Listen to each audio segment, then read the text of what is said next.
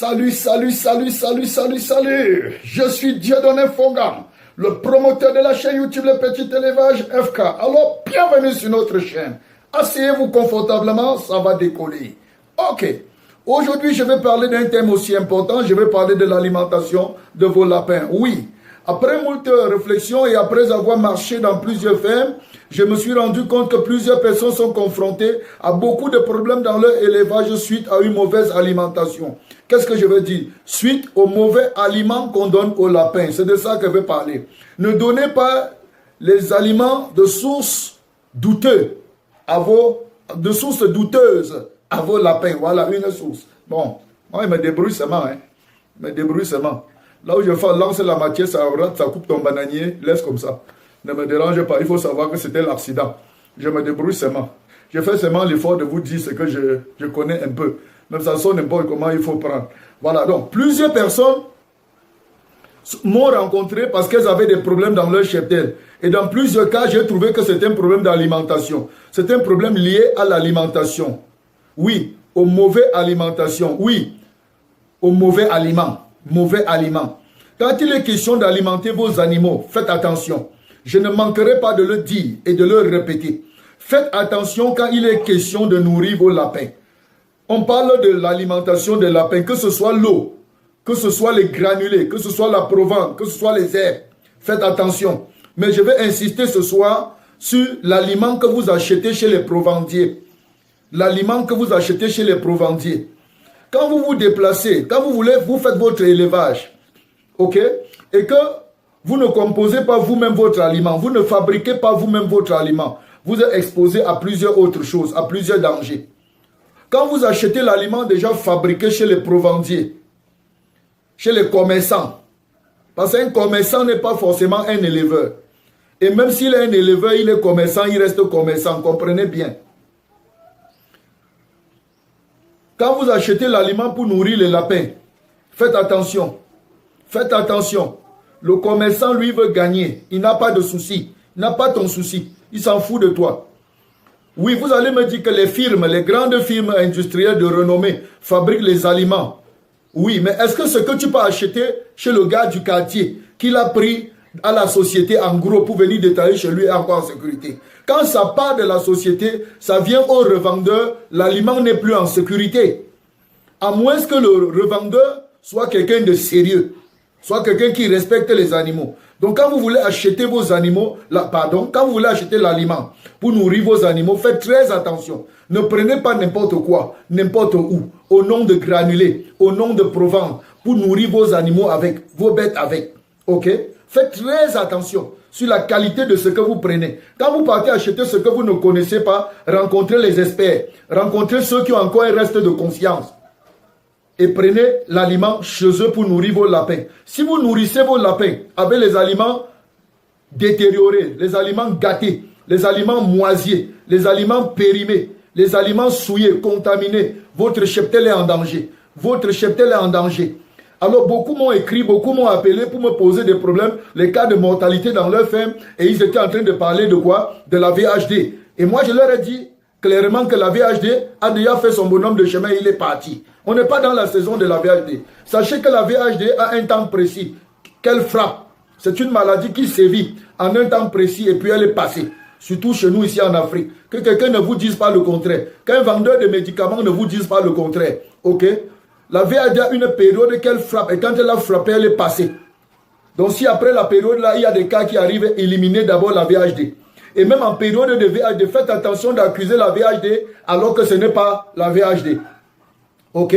Faites attention. Faites attention. Je vais vous donner une petite anecdote qui ne va rien voir avec ceci. Mais c'est pour dire qu'on cherche le diable partout. Souvent, il n'est pas là. Il y a un monsieur qui nous a raconté une histoire une fois. Il dit qu'il est passé devant une église et puis il a rencontré le diable qui était assis dehors. Il pleurait. Il pleurait. Il était assis hors de l'église. Il pleurait. Et puis, il a appelé, il a dit, monsieur le diable, il a dit, oui mon petit. Il dit, qu'est-ce que tu fais devant l'église là pour pleurer? Il dit que les gens de l'église ici m'énervent. Il dit, les gens qui sont ici dedans dans l'église ici, ils m'énervent tellement. Il dit qu'ils t'ont fait quoi? Pourquoi ils t'énervent? Ne sais-tu le diable? Il dit que vraiment, Ils sont ici dedans avec Jésus. Moi, je ne peux pas entrer à cause de Jésus. Mais ce qui m'énerve, c'est que tout ce qui se passe dans l'église là, ils disent toujours que c'est moi. Tout ce qui se passe, ils disent que c'est moi. Même ce que je n'ai pas fait, ils disent toujours que c'est moi et ça m'énerve. C'est en train de m'énerver. On ne peut pas m'accuser de ce que je n'ai pas fait. Ils se plaignaient, ils pleuraient parce que tout ce qui se passait dans l'église là, les gens disaient toujours que c'est Satan, c'est le diable, c'est Satan, c'est le diable. Même ce qu'il n'avait pas fait, il était dehors. Il ne se reconnaissait pas dans ce qu'on l'accusait. Il pleurait et il était malheureux. Comme pour dire que quoi avec ces petites anecdotes. Souvent vous accusez la VHD. La VHD n'est rien dedans. Souvent vous accusez la VHD dans les mortalités de vos lapins et l'apéro. La VHD n'est rien dedans. La VHD assise quelque part comme ça, elle pleure. Elle dit, s'ils pouvaient au moins me laisser la passe, j'entre. J'allais les montrer comment je travaille. Souvent on accuse la consanguinité. Arrêtez-moi les affaires de consanguinité là. Les gens qui ne comprennent rien dans rien. Les gens qui ne maîtrisent rien. Les gens qui se cachent leur ignorance derrière la consanguinité. Arrêtez ça. Arrêtez. Ok. Donc ne vous cachez pas derrière la consanguinité. Ne vous cachez pas derrière la VHD. Pour ne pas prendre votre mal au sérieux.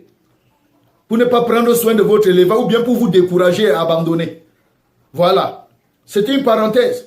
On me dit que c'est la VHD, que c'est la VHD. Alors quand nous nous sommes approchés, moi je les ai dit, partout où je suis arrivé, ce n'était pas la VHD, c'était un problème d'alimentation, c'était un problème d'intoxication alimentaire. C'était un problème d'intoxication alimentaire. Et quand on stoppe directement la vague de l'aliment là, on donne les médicaments adéquats aux lapins pour nettoyer leur intérieur, pour les mettre dans les conditions et qu'on change l'aliment, la mortalité s'arrête automatiquement. Ça s'arrête. Quand on arrête directement la vague d'aliments qu'on donnait là, et on donne des médicaments au lapin pour faire un lavage à l'intérieur, pour le nettoyer à l'intérieur, et on repasse sur de nouvelles bases avec un nouvel aliment, la mortalité s'arrête automatiquement. Alors qu'est-ce qui se passe? C'est l'aliment qui est le problème.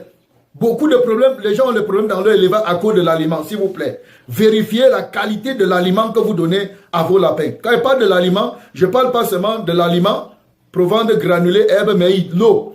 L'eau aussi est très important. Mais aujourd'hui, je parle plutôt de l'aliment, les amis, de l'aliment. S'il vous plaît, vérifiez la qualité de l'aliment que vous donnez à vos lapins. Vérifiez. Quand vous allez acheter l'aliment, allez dans la firme, dans la maison même, dans la société même, voilà. Achetez là-bas. Achetez là-bas. Quand ce n'est pas dans la maison mère, vous partez chez les revendeurs du quartier, du coin. Même si c'est l'étiquette de la maison mère qui est sur ça, faites attention. Il se peut que c'est le faux. Les gens font le faux aujourd'hui. Les gens sont des falsificateurs. Les gens veulent gagner de l'argent à tout prix sur la mort des autres. Faites attention. Mettez toujours ça en tête. Quand vous allez chez le petit fournisseur du coin qui se passe chez le grossiste acheter et vient détailler chez vous, c'est bon. Mais attention, assurez-vous que ce ne soit pas quelqu'un véreux. La marchandise doit garder son étiquette. Assurez-vous de la date de péremption. Est-ce que la date de péremption n'est pas arrivée? Parce que les produits là ont leur date de péremption. Regardez la date de péremption. Et je vais vous dire que sur le niveau de date de péremption, c'est un revendeur véreux quand c'est périmé. Quand la date est passée, ils se prennent le vilain plaisir de fabriquer une nouvelle étiquette, d'arracher l'ancien et de mettre parce qu'il faut vendre et ne pas perdre l'argent. Tu tombes sur celui-là, tu es mort. On change les étiquettes.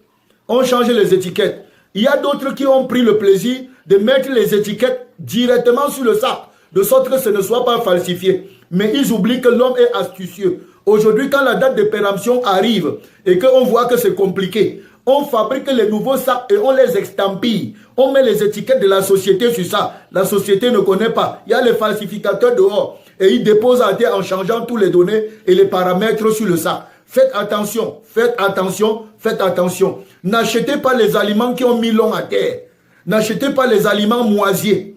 N'achetez pas les aliments quand vous trouvez, c'est exposé comme ça au soleil, au froid, à la poussière, au coup de vent et autour. N'achetez pas ça. N'achetez pas ça.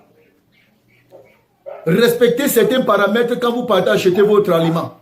Ne prenez pas n'importe quoi. Quand vous arrivez là-bas, regardez même comment l'aliment est stocké. Quand vous voyez l'aliment que les souris ont percé le sac, mangez certains. Ne prenez pas ça. Ne prenez pas. Partez. Partez. Fuyez la mort. Partez. Partez. Soyez sérieux quand vous voulez acheter vos aliments. Ça doit être dans les endroits sains. Vous devez vérifier tout. la date de péremption, la date de fabrication. Et quand vous arrivez à la maison, vous ouvrez le sac, assurez-vous que ce n'est pas moisier, parce que souvent c'est moisier. Souvent ça a été mal conservé, c'est moisier. C'est moisier. Ok? Donc faites attention pour ne pas tomber dans le piège de plusieurs ici dehors et perdre votre cheptel. Ça, c'est opération, sauver son cheptel avec la qualité de l'aliment du lapin. Veillez sur la qualité de l'aliment de vos lapins. Achetez l'aliment de vos lapins aux personnes sérieuses, dans les boîtes sérieuses, dans des firmes sérieuses, aux personnes consciencieuses. Voilà. Ne prenez pas n'importe où. Ton lapin, c'est ton investissement. Ne prends pas n'importe où. Veille sur ça. Et au mieux, je te conseillerais même de fabriquer ton propre aliment. De fabriquer ton propre aliment. Et si tu ne sais pas comment tu prends, je peux te former là-dessus. Je peux te donner les formations là-dessus. Je peux te donner même les formules alimentaires pour que tu fabriques ton propre aliment. Je peux te donner la formation dessus pour que tu puisses composer, fabriquer ton propre aliment et connaître ce que tu donnes à tes lapins. Contrairement à ce que les gens disent souvent, que la provende crée les problèmes aux lapins. D'autres demandent de mettre l'eau dans la provende pour que la poussière n'entre pas dans la narine de lapin. C'est faux. N'essayez pas ça. C'est là où vous allez compliquer les choses. La provende ne nuit nullement aux lapins. Nullement au lapin, ok? À bon entendeur, salut. Moi, c'est le petit élevage FK.